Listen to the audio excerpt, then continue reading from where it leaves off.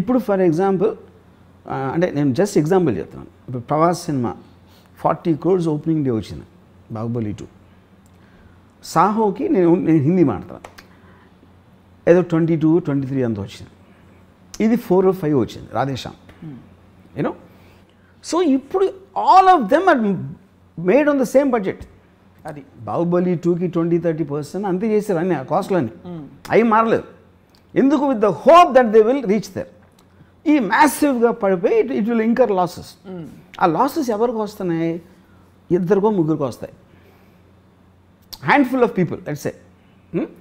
ఎందుకు? వాళ్ళందరూ వాళ్ళు చేసే విజను బాహుబలి కలెక్షన్స్ని బెంచ్ మార్క్ కింద పెట్టి చేసిన బిజినెస్ ఆస్పెక్ట్స్ అవన్నీ.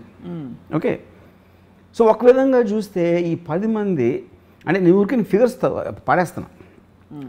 300 crores బాహుబలి అని అయింది అంటే 300 crores 2000 crores ఏమో బాహుబలికి వచ్చింది సపోజ్. వీళ్ళేంటి 500-400 కోట్లు పెట్టి 400 అంటే 10 మంది తీసారనుకోండి, 4000 కోట్లు. 4000 కోట్లో 3000 కోట్లు పోయినాయి. అప్పుడు రాజమౌళి వలన ఇంత నష్టం వచ్చింది ఇండస్ట్రీకి అంటే చాలామంది నాకు కొంతమంది ప్రొడ్యూసర్స్ ఈ రాజమౌళి నాశనం చేసాడు నా కొడుకు అని బూతులు తిట్టడం. ఎందుకు? వాళ్ళకి అక్కసు. ఇప్పుడు వాడి సినిమా ఆడింది కాబట్టి ఇప్పుడు ఈ ప్రతి డైరెక్టర్ నాకు అది కావాలి, విఎఫ్ఎక్స్ కావాలి, ఈ సబ్జెక్ట్ తీస్తా ఆ సబ్జెక్ట్ తీస్తా అని దొబ్బుతున్నాడు. హీరోలేమో ప్రభాస్ అంత అయినప్పుడు మేమేం తప్పకూడదు అని వాళ్ళు అనుకుంటున్నారు. వీళ్ళిద్దరు కోరికలు తీర్చడానికి ప్రొడ్యూసర్గా మేము చచ్చిపోతున్నాం అన్నారు. అయినా కూడా ఎందుకు తీశారు? వాళ్ళకి ఆశ ఉంది కదా. ఫైనల్గా నేను 500 కోట్లు పెడితే 2000 కోట్లు రావడానికి ఛాన్స్ ఉందని ఆశ ప్రొడ్యూసర్కి మాత్రం ఎందుకు ఉండదు? అది ఓకే, 2000 కాదు, 1000 కాదు, 500 అంటే మీకేంటి ఒక మార్జిన్ అంత పెద్దగా ఉందని ఫీలింగ్ ఉంది, యూనో. ఇంకోటి, మీరు రూమ్లో ఉన్నప్పుడు మీ కథ మీకు బాహుబలి కథ కన్నా బాగుంటుంది, RRR కన్నా బాగుంటుంది. మీరు రూమ్లో ఉన్నప్పుడు అనిపిస్తుంది. మనం ఆ విఎఫ్ఎక్స్ తీసుకొస్తే మనం ఈయన తీసుకొద్దాం, ఫాస్ట్ అండ్ ఫ్యూరియస్ చేసినోడిని, లేకపోతే నో టైమ్ టు డై చేసినోడిని, లేకపోతే అవెంజర్స్ చేసినోడిని. అది మార్చేటప్పటికి వాళ్ళు మొత్తం అంతా అయిపోతుంది అని ఫీలింగ్ వస్తుంది. ఇది కూడా actually it was not like a new thing. Sholay వచ్చినప్పుడు జరిగింది అది. అప్పుడు ఒక చాలా పెద్ద producer, forgot his name, burning train అని తీసాడు ఒక సినిమా. అవును, గుర్తుంది. బర్నింగ్ ట్రైను వాళ్ళు అప్పుడు ఆ మిక్సింగ్ అంతా లండన్లో చేసినప్పుడు ఆ ప్రొడ్యూసర్ మాటికి ఫోన్ చేసి ఆ టెక్నీషియన్స్ అందరూ షోలేలో పనిచేశారు, సౌండ్ వాళ్ళు. ఆ సౌండ్ కూడా చెప్పాడు నాకు ఎలా ఉంది సినిమా అంటే చాలా బాగుంది సార్. షోలేలాగా ఆడుతుందా, షోలే కానీ ఎక్కువ ఆడుతుందా చెప్పమన్నాడు అండి.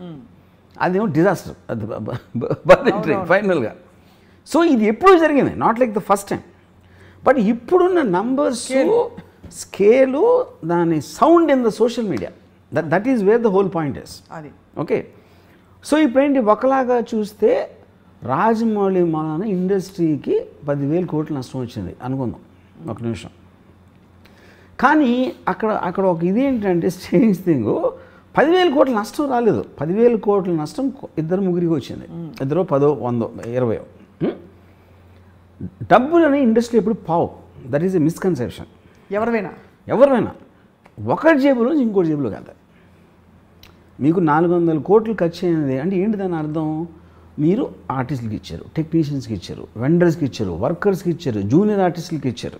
ఇవన్నీ అందరి జేబుల్లోకి వెళ్ళినప్పుడు ఒకరి జేబులో నుంచి వీడికి ఖర్చు అయింది, వాళ్ళకి వచ్చినాయి. ఐదర్ ఉన్నోడు ఖర్చు పెట్టగలుగుతాడు, లేకపోతే రేజ్ చేసే కెపాసిటీ ఉన్నోడు ఖర్చు పెట్టగలుగుతాడు. సో వాడి నుంచి అందరికీ వెళ్ళినాయి. అప్పుడేంటి, రాజమౌళి తనకి తను తెలియకుండానే ఒక ఎక్స్ట్రాడినరీ చారిటీ చేశాడు. ఇది రాజమౌళి జేబుల నుంచి వెళ్ళదు అది. కానీ రాజమౌళి మూలాన వీళ్ళు ఇన్స్పైర్ అయ్యి వాళ్ళు ఏదో చేద్దామని వాళ్ళ డబ్బులని వేరే వాళ్ళకి దానం ఇచ్చారు. ఈ తప్పు రాజమౌళి గారు అంటారు. తప్పు is not the point. By default is actually making people spend money for the sake of other people, not for themselves. అది కేపిటలిజం అనేది నడిచేది గ్రీడ్తో. నాకేం కావాలి, నేనే డబ్బున్న అవ్వాలి. డబ్బున్నోడు ఎప్పుడు ఏం చేస్తాడు, నా డబ్బు ఇన్వెస్ట్ చేసినప్పుడు నాకు ఇంకా డబ్బు రావాలి అని గ్రీడ్ ఉంటుంది.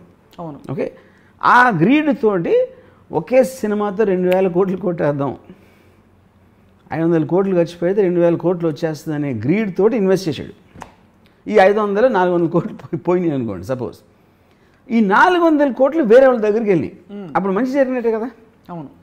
Which is what the whole point of society. సొసైటీలో ఎంతో కొంత సమానత్వం ఉండాలి, ఒకే ఒక్కరి దగ్గర ఉండిపోకూడదు. Money should not be concentrated on a few people అనేది ఒక బిలీఫ్ సిస్టమ్ ఉంది. మీకు అప్పుడు ట్రికల్ డౌన్ ఎకానమీలో వాళ్ళ ఇన్వెస్ట్మెంట్లో వస్తూ ఉంటుంది అలా కిందకి. అది తప్పకుండా. సో అప్పుడు దాన్ని ఫెసిలిటేట్ చేసినవాడు రాజమౌళి. సో రాజమౌళి మొలాన ప్రొడ్యూసర్ రోడ్డు మీదకి వచ్చేసే వాళ్ళు ఉన్నారు, కానీ వర్కర్లు టెక్నీషియన్స్ వాళ్ళందరూ చాలా రిచ్ అయిపోతారు. ఇప్పుడు ఇన్ని మీకు విఎఫ్ఎక్స్ స్టూడియోస్ కానీ ఇది అది అన్నీ వచ్చేసింది దేని మూలాన? Because of this Rajamouli. So అది తను కావాలని చేస్తున్నాడా అది పాయింట్ కాదు. ఇప్పుడు ఎప్పుడైనా మీరు ఈవెన్ ఒక ఎనీ పర్సన్ అతనికి ఉన్న యాటిట్యూడ్ అతను చేసిన దాని గురించి మీకు సైడ్ ఎఫెక్ట్స్ లాగా వస్తాయి, కానీ ఆ టార్గెట్ రాజమౌళికి ఉంటుందని నేను అంటలా. That is not the point. But by default he's working for the welfare of the people in a strange way.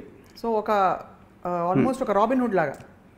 Yeah, you can say Robin Hood, like ఫినామిననే కదా, అన్ఇంటెన్షనల్ రాబిన్ హుడ్. కరెక్ట్.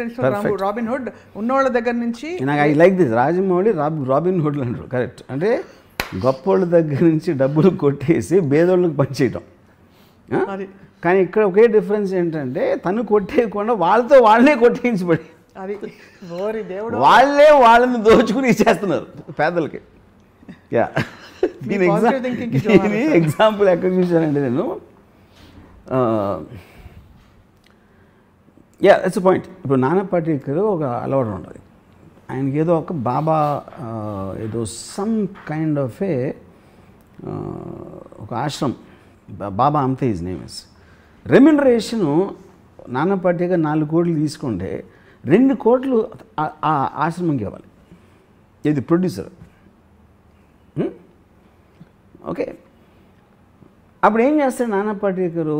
ఆ 2 కోట్లు producer ఇప్పిస్తాడు. నేను ఇస్తానని చెప్పట్లా, నాకు 2 కోట్లు చెక్కు, 2 కోట్లు దానికి ఇమ్మంటాడు.